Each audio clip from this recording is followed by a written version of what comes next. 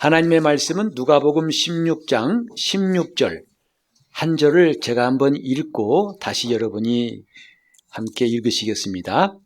율법과 선지자는 요한의 때까지요, 그 후부터는 하나님 나라의 복음이 전파되어 사람마다 그리로 침입하느니라.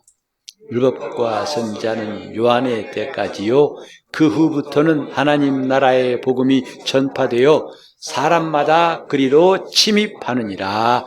아멘. 우리가 복음에 대해서 많이 듣고 이제는 복음이 무엇인지를 모르시는 분은 거의 없을 겁니다. 복음이 뭘까요? 영어로 굿뉴스라고도 하죠. 좋은 소식, 기쁜 소식입니다. 근데 왜 기쁠까 하면 그때부터 갑자기 좀 말이 막히고 별로 할 말이 없어지는 것 같아요. 과연 그게 복음이었다면 우리 믿음의 선진들이 그토록 복음을 위해서 애쓰고 또 믿음을 지키려고 애쓰고 마침내 목숨까지도 아끼지 않고 내어놨던 것을 우리는 참 이해할 수 없을 겁니다. 복음이 뭘까? 복음은 한마디로 하나님 나라에 관한 말씀입니다. 예수의 복음은 천국 복음이라고 성경은 기록합니다. 그냥 좋은 게 아니라, 왜 좋은지 몰라서 좋은 게 아니라 예수의 복음은 천국 복음이다 라고 명확히 성경에 말하고 있는데 몇 군데를 함께 보실까요? 마태복음 4장 23절을 함께 읽겠습니다. 예수께서 온 갈릴리에 두루 다니사 저희 회당에서 가르치시며 천국 복음을 전파하시며 백성 중에 모든 병과 모든 약한 것을 고치시니 천국 복음을 전파하시더라고 마태는 분명히 말했어요. 막연한 복음 아니고 또 9장 35절에 함께 보겠습니다. 마태복음 9장 35절 예수께서 모든 성과 촌에 두루 다니사 저희 회당에서 가르치시며 천국 복음을 전파하시며 모든 병과 모든 약한 것을 고치시니라. 분명히 다른 곳이고 다른 장소지만은 거의 말씀이 비슷해요. 뭐죠? 가르치시며 천국 복음을 전파하시며 모든 병과 모든 약한 것을 고치시니라. 예수의 복음은 천국 복음이라고 성경은 분명히 말하고 있습니다. 또 우리 24장 14절을 읽겠습니다. 예수께서 이제 예루살렘 성전을 마주보고 앉으셔서 말세에 대해서 말씀하실 때에 이 말씀하셨죠. 시작. 이 천국 복음이 모든 민족에게 증거되기 위하여 온 세상에 전파되리니 그제야 끝이 오리라. 천국 복음이 전파되는 것을 주님이 말씀하셨어요. 종말은 이 천국 복음이 온 세상에 전파될 때 그때야 끝이 올 것이다 라고 말씀하셨습니다. 난리와 난리 소문이 있겠지만 그건 아직 끝이 아니다. 도처에 지진과 기근이 있고 전쟁이 있지만 그게 끝이 아니다.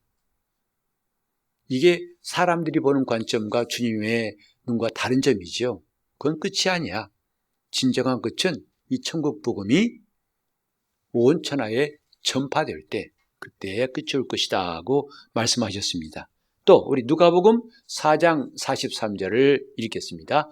예수께서 이르시되 내가 다른 동네에서도 하나님의 나라 복음을 전하여야 하리니 나는 이 일로 보내심을 입었노라 하시고, 마태는 유일하게 천국이란 말을 썼지만은 다른 복음서에는 다 하나님 나라라 되어 있어요.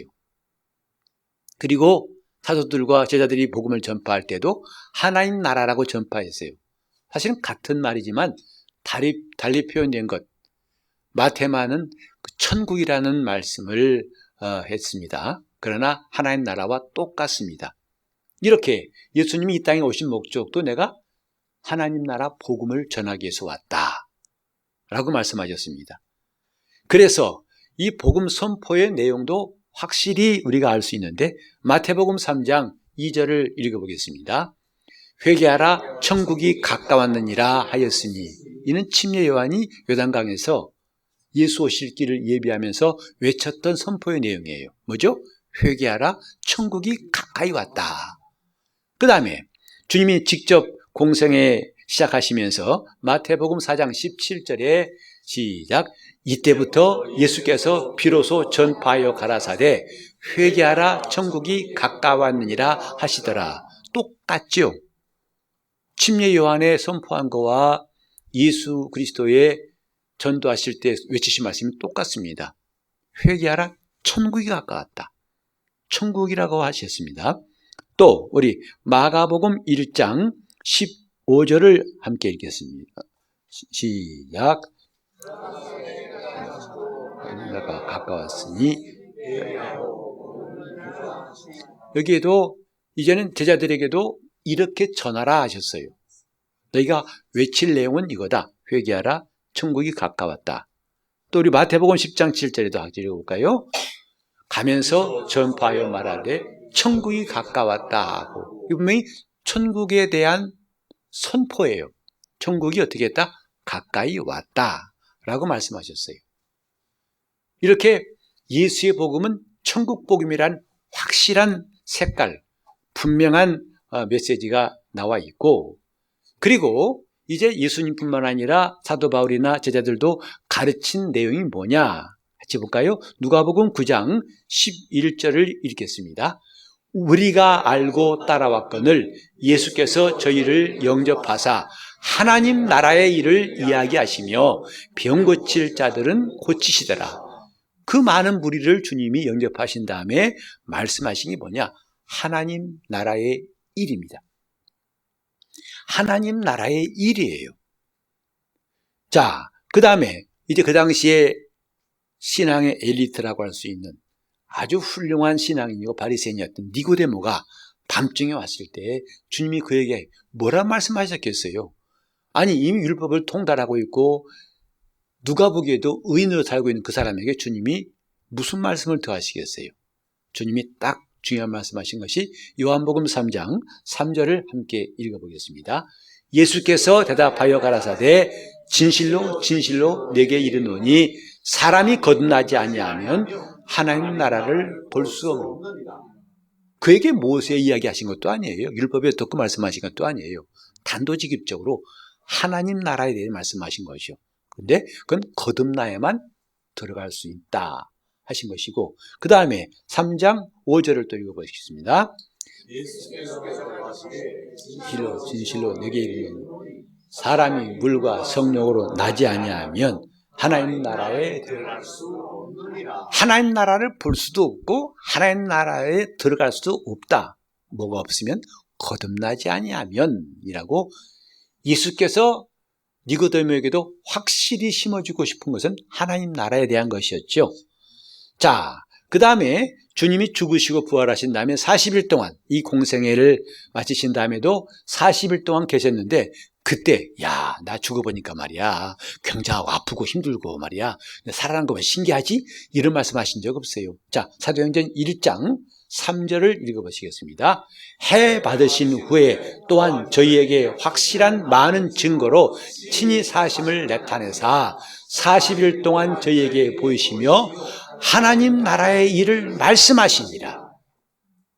40일 동안 계시면서도 주님이 하고 싶으신 말씀은 하나님 나라에 대한 거예요. 자, 이쯤 되면 우리가 지금 복음에 대해서 막연히 생각했던 거하고 좀 다르죠. 초점이 명확하지 않습니까? 하나님 나라가 없으면 복음이 아니에요. 하나님 나라에 관한 게 아니면 아무리 좋고 기가 막힌 걸 하더라도 그건 복음이 결코 아닙니다. 자, 그 다음에 이 말씀을 듣고 이제 믿는 사람 가운데 초대교회 7 집사가 안수를 받고 하나님의 말씀을 담대히 전했는데 그 중에 빌립이 한 것, 사도행전 8장 12절을 한번 읽어보겠습니다. 시작. 빌립이 하나님 나라와 및 예수 그리스도의 이름에 관하여 전도함을 저희가 믿고 남녀가 다 침례를 받으며. 빌립이 담대히 가서 하는 게 뭡니까? 교회 믿으란 것도 아니고 하나님 나라에 대한 일, 예수 그리스도의 이름에 관하여 전도하더라 했습니다. 오늘날 우리가 하고 있는 것과 뭔가 좀 다른 것이 없지 않나요? 복음은 하나님 나라에 관한 거예요. 자, 그 다음에 이제는 사도 바울이 전도 여행하면서 믿게 된 사람들에게 격려했던 말이 나오지요. 사도행전 14장 22절을 또 읽어보겠습니다. 제자들의 마음을 굳게 하여 이 믿음에 거하라 권하고, 또 우리가 하나님 나라에 들어가려면 많은 환난을 겪어야 할 것이니라 하고, 이제 각처에서 많은 사람들이 주교로 나와 구원받았습니다. 그때 바울이 당부한 게 이 믿음을 굳게 잡아야 돼. 왜냐하면 우리가 하나님 나라에 들어갈 때까지 많은 고난이 있을 거야. 어려움이 있을 거야. 그것을 우리는 이겨야 된다 하면서 하나님 나라를 전했던 그가 거듭 당부했던 것은 하나님 나라에 들어가는 것이 정말 중요하니까, 그러니까 우리는 믿음이 담대해야 한다고 권면하고 있습니다. 자, 그 다음에 드디어 바울이 에베소에 가가지고 3개월 동안 이제 계속 집중해서 말씀을 가르칠 때 그것이 무엇이었나? 19장 8절을 읽어보겠습니다. 바울이 회당에 들어가 석 달 동안을 담대히 하나님 나라에 대하여 강론하며 권면하며, 하나님 나라 이야기한 겁니다. 하나님 나라 이야기한 거예요. 자, 그 다음에 이제 20장 25절을 보겠습니다. 자, 보라, 내가 너희 중에 왕래하며 하나님 나라를 전파했으나 지금은 너희가 다 내 얼굴을 다시 못할 줄을 아노라. 바울이 3번에 걸친 전도여행을 마치고 예루살렘 돌아갑니다. 이제 이들을 다시 만날 것 같지는 않아요. 그때 바울이 이별하면서 당부했던 게 뭐냐면, 내가 너희 중에 왔다 갔다 한 게 딴 게 아니야.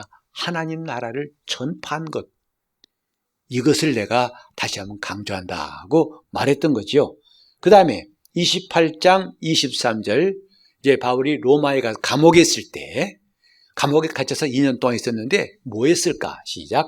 저희가 일자를 정하고 그의 우거하는 집에 많이 오니 바울이 아침부터 저녁까지 강론하여 하나님 나라를 증거하고 모세의 율법과 선자의 말을 가지고 예수의 일로 권하더라. 하나님 나라를 강론하더라. 아침부터 저녁까지. 그리고 예수의 일을 말하되 그 증거 자료로서 모세의 율법과 선자의 말을 가지고 예수가 하신 일을 더욱더 굳세게 변증하더라, 이 말이죠. 그리고 사도행전 제일 끄트머리 28장 31절 마지막에도 뭐냐면, 담대히 하나님 나라를 전파하여 주 예수 그리스도께 관한 것을 가르치되 그 많은 사람이 없었더라. 바울은 끝까지 그 순교하기 직전까지 하나님 나라를 가르쳤다고 성경이 말하고 있습니다. 자, 우리가 오늘 신앙생활을 수십 년 했어요. 근데 과연 이 성경이 말하고 있는 바 초점에 우리도 함께 눈을 맞추고 있는가?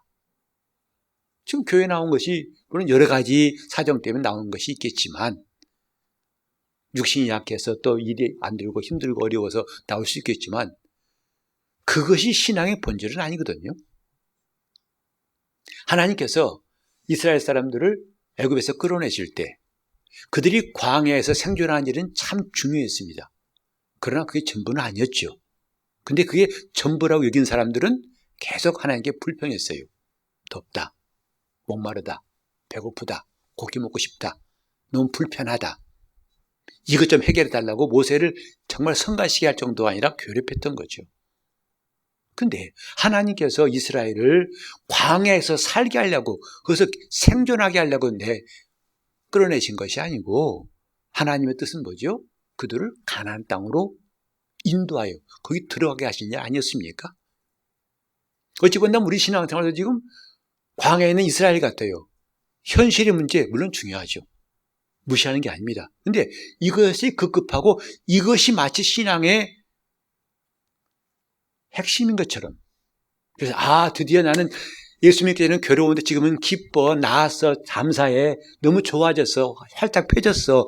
마치 현실 문제를 해결한 것이, 그래서 남보다 잘 살게 되었고 형통하게 되었어, 예수 믿고 할렐루야, 이것처럼 생각하기 쉽지 않습니까? 하나님 우리를 구원하신 것은 현실 문제를 도외시하란 말이 결코 아닙니다. 주님도 말씀하셨어요. 먼저 그 나라와 의를 구하면 먹고 마시는 것 다 더하실 것이다 그랬어요. 사람이 떡으로만 살 것이 아니라 떡으로 사는 것을 부정한 게 아니죠. 그러나 중요한 것은 하나님 입으로 나온 말씀으로 살아야 할 것이다. 이게 초점이에요. 중요한 거예요.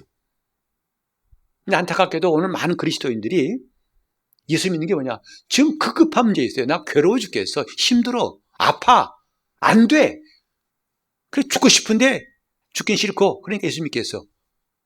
그래서 현실의 문제 해결에만 급급하는 것이 오늘 우리 모습 아니라고 담대히 부정할 수 있습니까? 우린 수십 년 동안 예수 믿었지만 하나님 나라에 대해서 얼마나 알고 있을까? 가끔 저한테 물어본 사람이 있어요. 목사님, 하늘나라에 동물이 있어요? 없어요? 참, 안 가봤으니 모르겠어요. 하늘나라 뭐가 좋대요? 사실 저도 좀 답변이 궁한 건 사실입니다. 왜? 저도 안 가봤으니까. 저도 해외 가본 나라 이야기 물어보면 저는 기분 좋게 많이 말할 거예요. 갔다 왔으니까. 근데 안 가봐서 잘 모르겠어요. 하지만 그 나라가 있다는 것과 그 나라가 정말 좋다는 걸 알아요. 근데 그거 전부예요. 성경이 만약에 다른 광야에서 이스라엘이 경험했던 것 같이 그런 현실 문제 같이 하늘나라를 쫙 말했더라면 이런 고민 안 했을 거예요. 왜? 봐봐, 성경 어디 이렇게 돼 있잖아. 이것도 있고 저것도 있잖아 할 것인데 성경은 그 부분에는 많은 부분 우리에게 말씀하지 않고 있습니다. 그러니까 신앙생활이 관념적이 되기 쉬워요. 있다! 근데 어떤 건데 잘 몰라 이거예요. 그래 믿어! 근데 믿음이 어떤 건데 확신이 있어? 그건 몰라. 어중간한 거. 제가 관념적이라는 말을 자꾸 써가지고 여러분들에게 좀 의미전달을 잘하고 싶어서 사전을 찾아봤어요. 관념적이 뭐냐 했더니 현실과 거리가 먼 추상적이고 이론적인 것, 이것이 관념적이더라고요. 그러니까 뜨끔해요. 우린 관념 신앙생활이 현실과 동떨어져 있는 저 구름에 떠 있는 그런 막연한 있는지 없는지도 모르겠지만 하여튼 있다고 치고 이런 방식이 아닌가. 부정하지는 않지만 확신하지도 않아요. 어중간하게 그 사이사이. 그러면요 정말 예수 믿는 사람들은 늘 경계에 있는 사람 같아요. 예수 믿는 사람들은 죄지어도 편해요. 왜? 깜빵 갔다 오면 되는데 뭐까짓 거 뭐. 그리고 나만 죄짓냐? 쳐봐봐. 다 죄짓잖아. 응? 그리고 어떤 게 지혜로운 거야? 죄짓고도 안 들키면 잘한 거예요. 그건. 그러나 신자들은 그렇지 않아요. 죄를 짓고도 마음이 무거워요. 그래야 안 그래요? 참 이게 늘 경계에서 이게 경계에서 있는 것 같아요. 이게 제가 음악 상식이 별로 없지만 그 지선상의 아리아란 곡이 있어요. 그것도 제가 좀 잘 들어서 한 게 아니라 입시를 위해서 외웠던 것 중에 남아있는 파편이에요. 저는 이제 지선상의 아리아라는 거 배울 때마다 F선상의 아리아다. 저는 바꿔서 봤어요. F가 뭐예요? 낙제란 말이죠. 낙제될까봐 아슬아슬한 그 상태. 오늘 신자들이 꼭 그런 것 같아요. 세상으로 떨어지긴 싫고 구원받는 별로 확신과 소망이 별로 없고 늘 경계에 서 있는 사람들. 믿는 것도 아니고 안 믿는 것도 아니고. 그게 뭐냐면 하나님 나라에 대해서 제대로 안다면 그렇게 하지 않을 거예요. 그 나라 있습니다. 근데 어떤 나라야? 잘 몰라. 하나님 나라, 복음 자체가 하나님 나라에 관한 거라고 했는데 그럼 과연 우리는 그 나라를 확신하고 있는가 이 말이죠. 응? 과연 하나님 나라가 뭘까요? 천국이 뭘까요? 그래서 이게 막연하다 못해 근데 왜 믿어? 그래서 할 말이 없을까 뭐냐면 아니다 죽은 다음에 천국 갈 거야 그러지요. 현실은 말고 현실은 그냥 이대로 엎치락뒤짝 살고 이 다음에 저 천국 갈 거야. 근데 결론부터 말씀드리자면 성경은 죽은 다음에 천국을 말하고 있지 않습니다. 그건 영원한 하늘나라예요. 근데 그뿐만 아니라 성경은 현재적인 하늘나라도 말씀하고 있어요. 이게 본문이에요. 하늘나라를 죽어서나 가고 죽어서나 누리는 것이 아니라 이 땅에서도 하나님 나라를 누리는 것이 있다. 그게 영적 생활이에요. 근데 우리는 그걸 잘 모르기 때문에 알맹이가 쑥 빠져가지고 신앙생활은 귀찮은 거예요. 괴로운 거예요. 맨날 목사님 교회만 나오라고 그래. 예배 나오냐 물어보고. 마치 제가 출소직한 사람 같아요. 그걸 또 나갔어요. 이번엔 온라인으로 드렸어요. 대답하기 급급한 모습, 제가 그런 것 같아서 때로는 물어보기도 미안해요.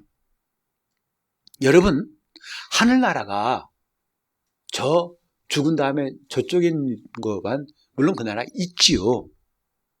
근데 성경은 이 땅에 있을 때에도 이미 하나님 나라를 경험할 수 있다는 것, 성경의 증거입니다. 오늘 그거 좀 보겠습니다.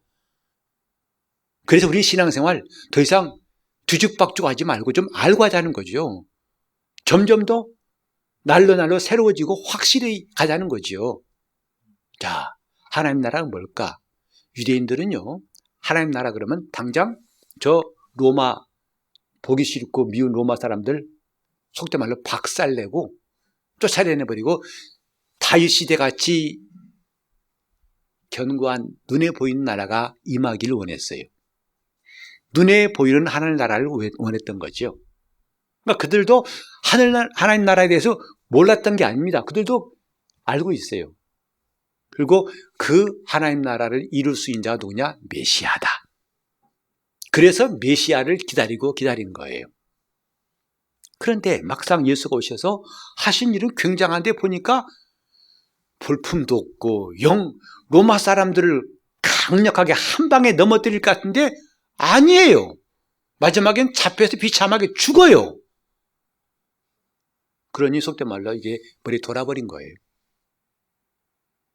저런 메시아 필요 없다 하고 그들이 십자가에 못 박은 거죠. 그들은 하나님 나라를 오해한 거예요. 빌라도가 예수 신문할 때 그랬죠. 저 사람들이 나한테 얼마나 많은 것을 고소한 줄 아느냐? 네가 진짜 왕이냐? 하고 물어봤을 때 예수께서 내 나라는 여기 있는 게 아니다. 내 나라가 여기 있다면 이렇게까지 되지 않았을 것이다. 예수님은 이 세상 나라를 하나님 나라라 하지 않았어요. 그 나라가 이 눈에 보이는 세상에 임하기를 위해 오신 분이 아니란 말이죠. 그럼 뭐냐? 예수님께서 오늘 여러분이 이제 금주에 암송할 말씀으로 주보에 나와 있지만은 하나님 나라가 어디 있느냐? 여기 있다 저기 있다 할 것이 아니요. 하나님 나라는 너희 속에 있니 마음에 있느니라. 이게 진짜 복음이에요. 근데 어떤 사람이 이걸 비방하려고 이렇게 예수쟁이들이 말이야 맨날 공상 속에서 속에서만 하나님 나라 하고 맨날 현실은 비밀한다는 거죠. 그래서 한때 모질게 아주 반대했었어요. 아니 빵을 주고 떡을 주고 뭐 해야 되지? 교회가 저렇게 자기 구원만 이렇게 개인 구원만 강조한다는 거죠. 그래서 한동안 그 말씀을 많이 오해했었는데 주님 복음을 잘 들어보세요. 주님은 눈에 보이는 하나님 나라가 이 땅에 임할 거라고 말씀하신 적이 없어요. 주기도문에도 나라 임하옵시며 그때에도 그것은 유대인들이 꿈꿨던 그런 가시적인 나라가 이 땅에 불의가 다 사라지고 독재자가 사라지고 모든 악한 게 사라지는 그 나라를 주기도문에서 말씀하신 것이 아닙니다. 우리 심령에 그 나라가 임하길 바라시는 것이었어요. 그럼 목사님 시시하잖아요. 뭔가 눈에 화끈하게 보여야 되는데 그게 뭡니까? 라고 하기 쉽겠지요. 하지만 잘 들어보십시오. 하나님 나라라는 게 뭐냐면 근본, 본질이 뭐냐? 하나님이 왕으로 통치하시는 것이 하나님 나라예요. 하나님께서 왕으로 통치하시는 것, 그것이 하나님 나라예요. 그걸 세상 사람들은 경험할 수 없어요. 왜? 그들은 하나님 나라를 모르고 영접하지 않았으니까. 그러나 신자들은 경험할 수가 있어요. 하나님이 왕으로 통치하시는 그 나라를 신자들은 경험할 수가 있다 이 말이에요. 왜냐하면 예수가 곧 하나님 나라고 예수가 오신 것을 천국이 가까웠다 하신 것이고요. 하나님 나라는 예수 안에 있어요. 그리고 예수를 영접한 사람은 드디어 그 나라의 왕이 통치하신 걸 경험할 수가 있어요. 이게 바로 하나님 나라가 너희 안에 있다는 그 말씀이에요. 이런 복음의 영적인 걸 도외시하고 눈에 보이는 나라만 주장한 사람들한테는 정말 누가복음 17장 말씀이 황당해 보이겠지요. 그러나 그건 모르면 꽝입니다. 제가 지난주, 이번주 계속 꽝 그러는데요. 미안합니다. 목사가 속된 말을 해서 미안한데 좀 여러분에게 팍팍 좀 들어가게 하고 싶어요. 왜? 눈 박이란 말하면요 쓱 지나가 버려요. 아무것도 아니에요. 꽝. 여러분 로또 복권 꽝 맞아보셨어요? 황당하잖아요. 그것보다 더 황당하다는 뜻으로 제가 꽝 그런 겁니다. 자, 하나님이 통치하신 나라. 하나님 나라예요. 근데 놀라운 게 뭐냐면 예수께서 이 땅에 인자로 곧 사람으로 오실 때는 하나님 나라가 가까이 왔다 하셨어요. 그 가까이란 말에 주의하세요. 가까이 왔다. 가까이란 말은 아직 간격이 있는 거죠. 거리가 있는 거예요. 그러나 주님께서 죽으시고 부활하신 다음에 하늘에 가셔서 성령이 임하신 다음부터는 내가 너희 안에 있다라고 말씀하세요. 천국으로 임하신 예수께서 이제는 밖에 계신 게 아니라 내 안에 계신다. 그러니까 요한복음 16장에도 내가 너희를 떠나는 게 그게 유익하다. 가면 보혜사가 오실 터인데 그때는 내가 너희 안에, 너희가 내 안에 있는 걸 너희가 알 거야. 더 이상 가까이란 말로 만족할 수 없는 엄청난 일이 생길 것이다. 곧 너희 안에 그 나라가 임할 것이다. 이 말씀이거든요. 그러니까 보세요. 지금 예수님께서 복음을 전파하실 때에 가까이 왔다 하셨고 오늘 이 본문에도 침례 요한 이후부터는 천국은 침노를 당한다. 누구든지 그 나라를 침노한 자는 얻는다. 이 말씀을 잘 이해하세요. 예수께서 이제 아버지 뜻대로 모든 구원의 역사를 이루신 다음에 약속하신 보혜사를 보내신 다음부터는 아까 침례 요한이나 예수님이 하셨던 말씀같이 전도한 사람은 아무도 없어요. 예컨대 아까 읽으셨지만 빌립이 사마리아 성 가가지고 복음 전할 때 회개하라 안 했어요. 천국에 가까웠다 안 했어요. 뭐라고 했죠? 하나님 나라에 대해서 말한 거예요. 더 좀 직접 좀 말해볼까요? 바울이 사도행전 16장 보면 빌립보 감옥에 있을 때 밤중에 찬송하고 그때 얻어맞고 난 다음에 찬송했거든요. 몸이 아주 다 찢어지고 아파서 피가 흐르는 그 상태에서 바울과 실라가 쇠고랑 체인처럼 하나님을 찬송하니까 옥터가 흔들리고 쇠고랑이 벗어지고 옥문이 열렸어요. 죄수가 다 탈출할 수밖에 없으니까 이 옥사장은 자기에게 이제 끔찍한 일이 생긴 줄 알고 스스로 자결하려고 하니까 바울이 멈추게 했죠. 그때 다급한 나머지 물어봤잖아요. 선생들아 우리가 어떻게 해야 구원받겠느냐. 그때 바울이 회개하라 안 했어요. 천국에 가갔다 안 했어요. 뭐죠? 주 예수를 믿으라. 그리하면 너와 내 집이 구원을 얻을 것이다. 패론하고 모든 이제 성령이 만 다음에 복음을 전할 때에 모두가 다 이제는 예수께서 천국이 가까웠다는 이 말씀을 한 적이 없어요. 뭐죠? 예수를 믿어라. 믿으면 너희 안에 성령이 마실 것이다.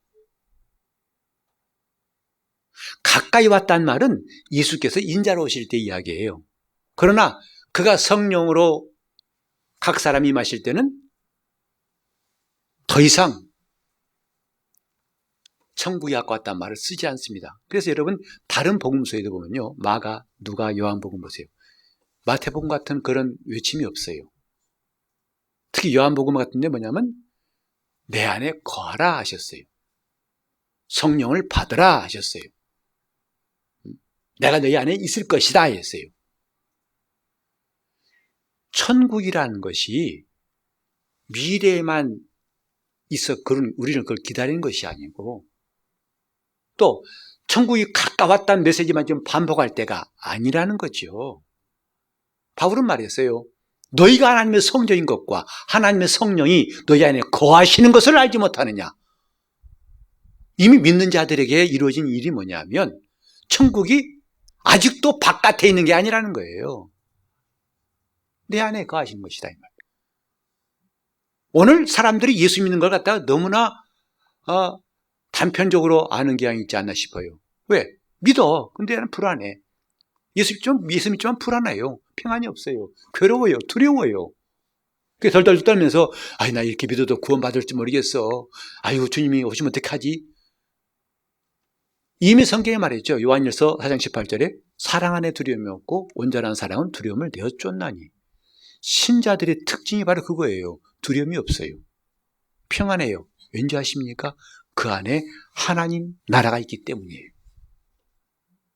이건 우리가 이 다음에 다음에 가서 그 천국 안 가봐도 지금부터 경험할 수 있는 하나님 나라예요.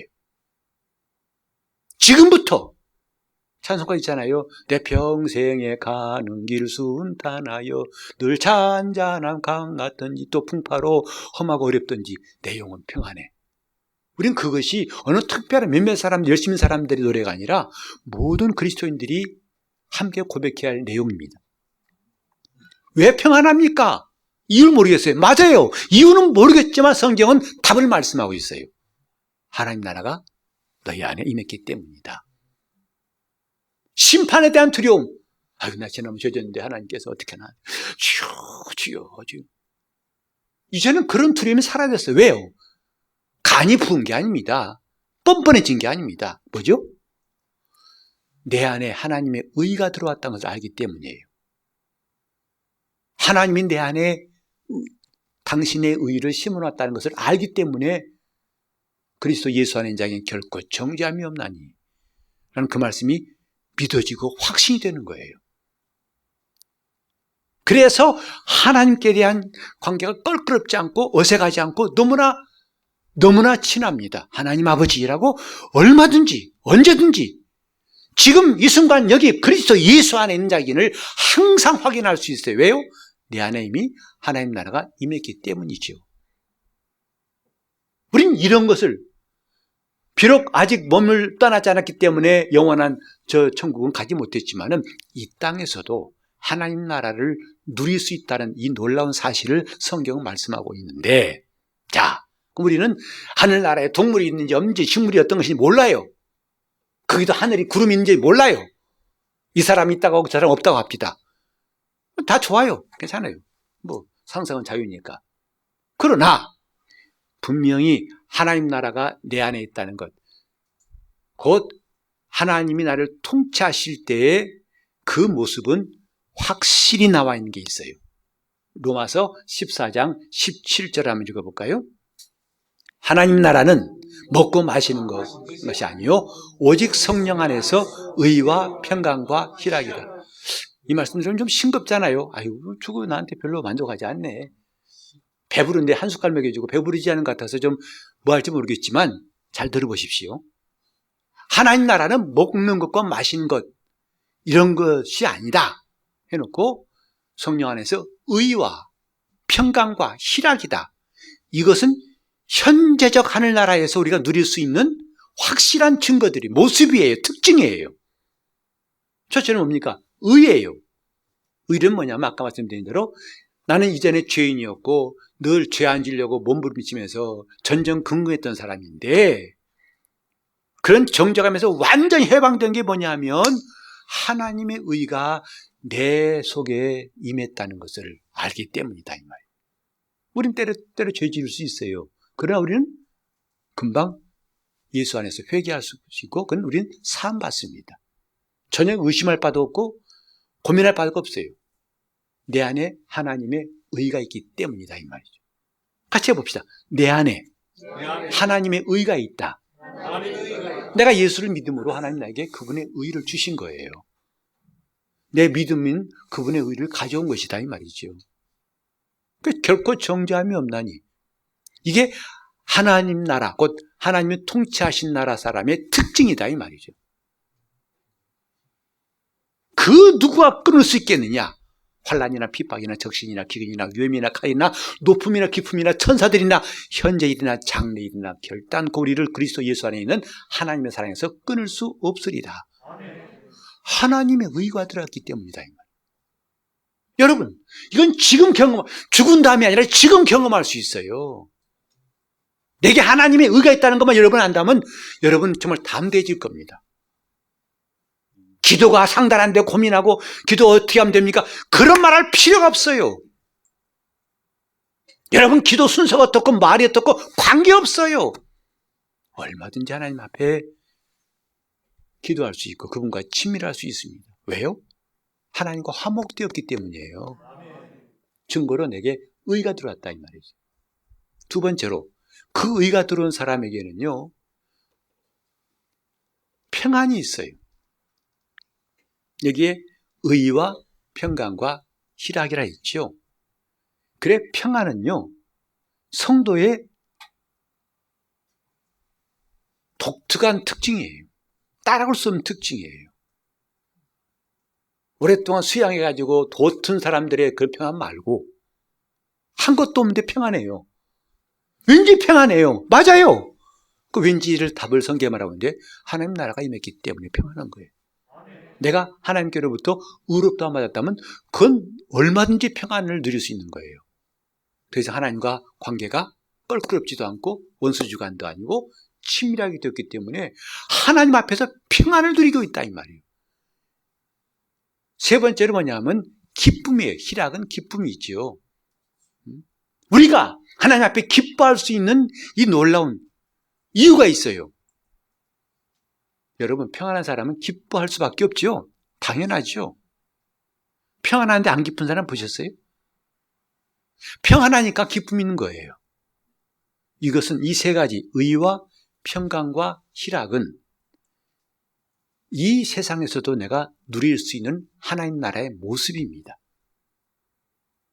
이 소중한 보배를 원수에게 속아서 없는 사람처럼 살지 마시고 이제 이걸 누릴 수 있길 바랍니다. 하나님 나라 이런 거예요. 내 눈으로 아직 보지 못했지만 이미 왔어요. 여러분 보세요. 어떤 분자는 아유 참 이러면 저는 아직 임신해 본 적 없는데 앞으로도 없겠지만 어떤 분이 5개월 돼도 임신했는지 몰랐다는 사람이 봤어요. 아니 보통 2개월쯤 되면 안다고 내 상식으로 알고 있는데 왜 아직도 배가 좀 부른 줄 알았죠. 많이 먹어가지고 부른 줄 알았다는 거죠. 근데 그 사람은 임신 취소된 거 아닙니다. 임신된 거예요. 우리가 지금 눈으로 이 감각으로 경험하지 못했다고 해서 그 나라를 부정할 필요는 없어요. 성경이 세 가지 분명한 증거를 주셨어요. 이건 내 영이 알고 혼이 깨닫는 겁니다. 의와 평강과 희락. 근데 이것은 다 성령 안에서라고 했어요. 성령에 의해서 이 모든 것들은 경험되어지는 거죠.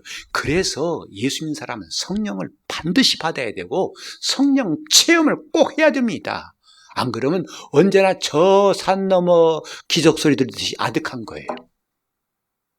하지만 성령으로 이 의와 평강과 희락을 경험한 사람은 도무지 의심할 바가 없어요. 정말 터져나오는 하나님의 놀라운 은혜를 날마다 경험할 수가 있는 것이고 이는 하나님 나라를 통치하시는 증거입니다. 아멘. 여러분 우리는 앞으로 갈 그 나라를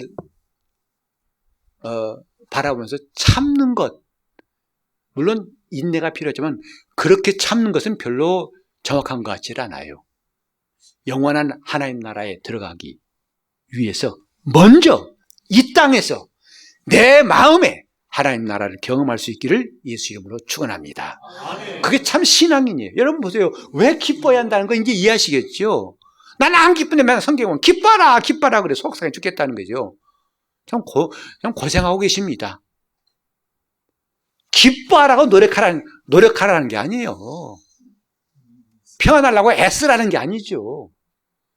그 나라가 임하면 의와 평강과 희락이 있어요. 이걸 누리라는 것이 성경 말씀이에요. 이제 항상 기뻐하라는 말씀 충분히 이해되십니까? 너무나 당연한 거 아니에요? 그 나라가 내 안에 있는데 항상 기뻐하는 게 맞죠. 평안이 있을 때 샬롬 아이 그만 좀 해. 샬롬인지 살롬인지 모르겠어. 그게 아닙니다. 이미 내 안에 그 평안이 있다는 것을 서로 건네 나눠주는 겁니다. 여러분, 우리는 분명히 이 다음에 영원한 아버지 집에 갈 겁니다. 여러분, 교회와 낙원과 아버지 집은 다 하나인 거 아시죠?